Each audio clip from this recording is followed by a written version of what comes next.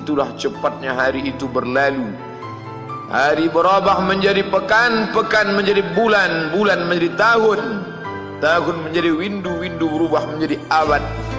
Yang mati hilang, yang dulu hidup kaya, hari ini hanya tinggal kenangan saja. Kemana mereka dulu yang hebat-hebat, bangsawan, para penguasa? Semuanya mati ditelan zaman.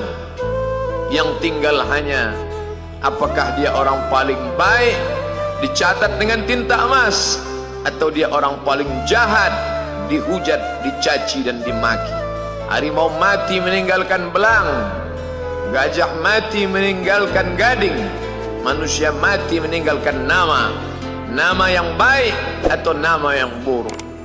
Wa tilkal ayyamu nudawiluha bainan nas. Demikianlah hari demi hari kami pergantikan di antara manusia. Untuk apa hari ini dirubah Allah Ta'ala? Mengapa hari ini datang silih berganti dan kita ada di dalam zaman itu? Liya'lamallahu alladhina amanu. Allah ingin menguji siapa yang imannya tetap istiqamah, siapa yang masih tetap beriman sampai hari ini. Khatib mengucapkan alhamdulillah, nikmat yang paling besar adalah nikmat istiqamah dalam iman dan Islam. Berapa banyak ketika hari berubah, yang dulunya dia adalah orang baik-baik, hari ini berubah menjadi tidak baik. Yusbihu mu'minan, pada waktu pagi dia beriman, wa yumsi kafiran, petang hari dia berubah menjadi kafir. Maka kita selalu meminta, ya muqallibal qulub, wahai engkau yang membolak-balikkan hati, tsabbit qulubana, kokohkan hati kami, ala dinik, dalam agamamu, wa ala ta'atik, dalam ketaatan kepadamu. Berapa banyak yang dulu susah melarat, miskin, untuk sesuap nasi pun sulit, tapi begitu dilapangkan Allah rezekinya, tidak menjadi hamba yang bersyukur. Dia lalai, dia sangka itu karena jerih payahnya, dia kufur nikmat Allah Subhanahu wa ta'ala. Tapi siang hari ini, alhamdulillah, ada hamba yang disehatkan Allah, dia tetap bersyukur. Ada hamba yang ditingkatkan Allah rezekinya, dia tetap bersyukur. Ada hamba yang dinaikkan Allah kuasanya, dia tetap bersyukur. La in syakartum, kalau kamu syukuri nikmat itu, la azidannakum, pasti akan kutambah. Wala in kafartum, tapi ingat, kalau kamu kufur, kamu ingkar, inna azabi lasyadid, azabku amat sangat hebat, amat sangat dahsyat, amat sangat mengerikan. Berapa banyak orang di masa lalu mati dalam azab Allah Subhanahu wa ta'ala. Tapi itulah manusia, diambil dari kata nasya, lupa. Dia tidak pernah ingat apa yang pernah ditimpakan Allah kepada kaum-kaum sebelumnya.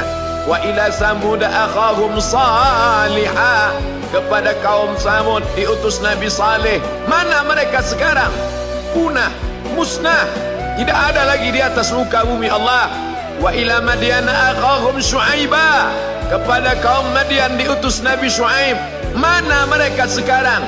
Punah, musnah, tidak ada jejaknya di atas muka bumi. Wa ila adin akhahum Huda, kepada kaum Ad diutus Nabi Hud. Tidak satu pun ada di atas muka bumi. Tapi orang tetap juga angkuh dan sombong. Memang itulah manusia yang berada di atas muka bumi Allah Subhanahu wa ta'ala. Maka orang-orang yang baik tidak pernah berhenti mengajak kepada kebaikan.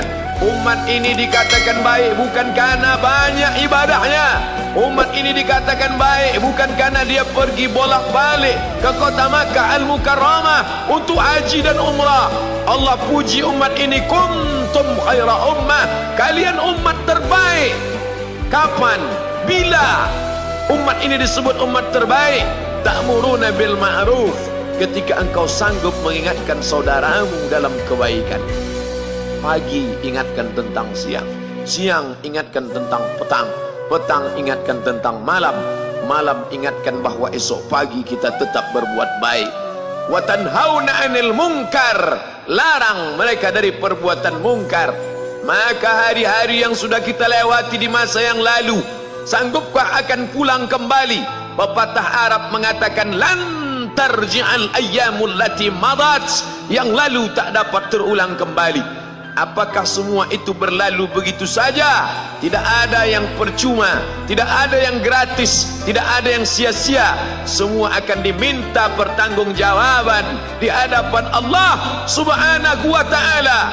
Sejak kita tegak di atas muka bumi ini, sejak kita diberikan nafas, diberikan hidup, diberikan nyawa, maka sejak itu kita ditanya, apa khalaqnakum abatha? Apakah kalian kami ciptakan sia-sia? Apakah kami sangka? Apakah kamu semua menduga bahwa kami menciptakan kamu lalu kamu tidak akan kembali menghadap kami? Semua akan diminta pertanggungjawaban di hadapan Allah Subhanahu wa ta'ala. Tidak ada kata yang dapat terucap dari lidah orang beriman selain ucapan Astaghfirullahaladzim. Ampunkan segala dosa aku di masa yang lalu. Aku lalai dan lupa ya Allah. Kami termasuk orang-orang yang menghilangkan usia kami ya Allah. Kami tak tahu ke mana umur kami selama ini. Berapa jam untuk perbuatan dosa, berapa untuk perbuatan maksiat. Padahal ketika tiba masanya, kami semua akan menghadapmu, dan pada saat itu semua akan dihitung menit demi detik. Detik semuanya tak ada yang dapat dari luput panggilan Allah Subhanahu wa ta'ala. Tidak ada yang lepas daripada pengawasan. Inna alaikum lahafizin, bersama kamu ada malaikat hafazah kiraman mulia, katibin mencatat, ya'lamuna ma taf'alun, dia tahu semua yang kamu lakukan. Betapa waktu-waktu yang lalu itu tak dapat kita tebus dengan apapun selain kita perbaiki di masa yang akan datang. Tingkatkan kualitas salat berjamaah, tingkatkan membaca Al-Quran.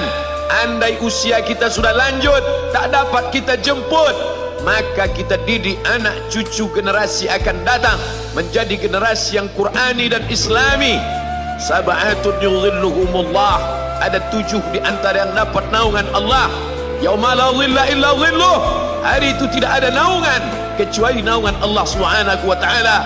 Di antara yang mendapat naungan itu adalah syabun, anak muda, nasya'a fi ibadatillah, anak muda yang tumbuh beribadah kepada Allah Subhanahu wa ta'ala. Andai masa muda kita penuh dosa, andai masa muda kita penuh narkoba, andai masa muda kita penuh zina, wal iyadzu billah wa na'udzu billah, jangan sangka Allah tutup pintu taubat. Innallaha la yaghfiru ayyushraka bihi, Allah tak terima taubat orang yang mempersekutukannya. Wa yaghfiru ma duna dzalika liman yasha, tapi taubat selain itu diterima, dibukakan Allah Ta'ala. Mari perbaiki anak menantu, cucu, kawan, sahabat, andai talat, ajak ke jalan Allah Subhanahu wa ta'ala. Itulah salah satu memperbaiki yang masa lalu, kita perbaiki di masa yang akan datang. Di antara tujuan Allah mengapa dia buat kita masih hidup di akhir tahun ini, liya'lamallahu allazina amanu, Allah menguji siapa yang masih tetap dalam istiqamah iman dan Islam. Tujuan kedua, mengapa Allah buat kita hidup sampai hari ini?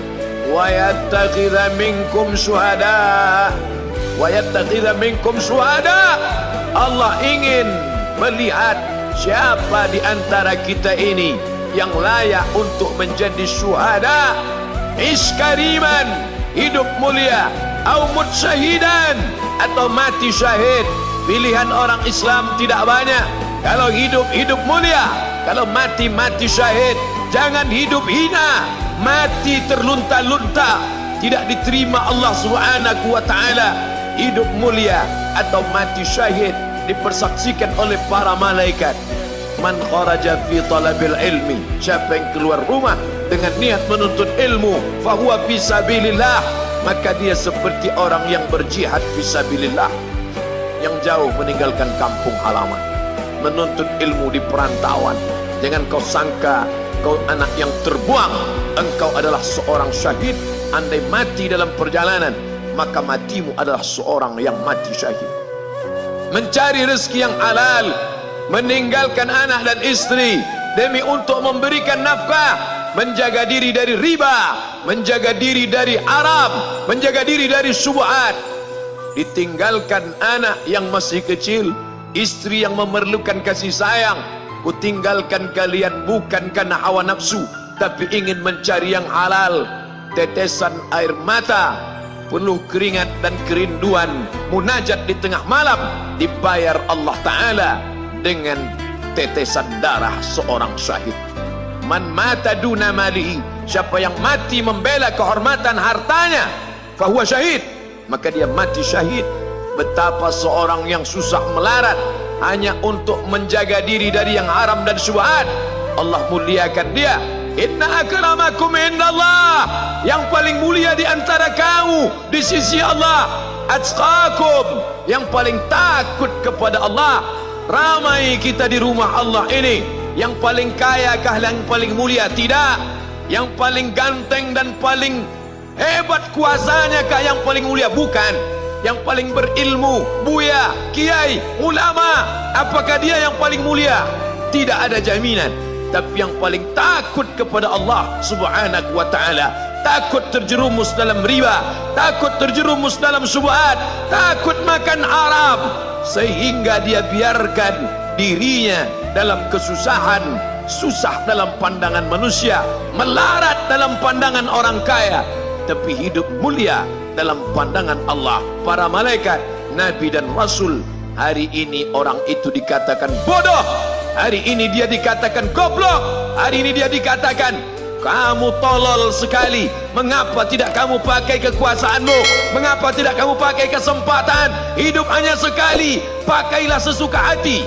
Tapi dia takut kepada Allah Subhanahu wa ta'ala. Pagi dan petang dia katakan, Allahumma ajirna minan nar, Allahumma ajirna minan nar, Allahumma ajirna minan nar.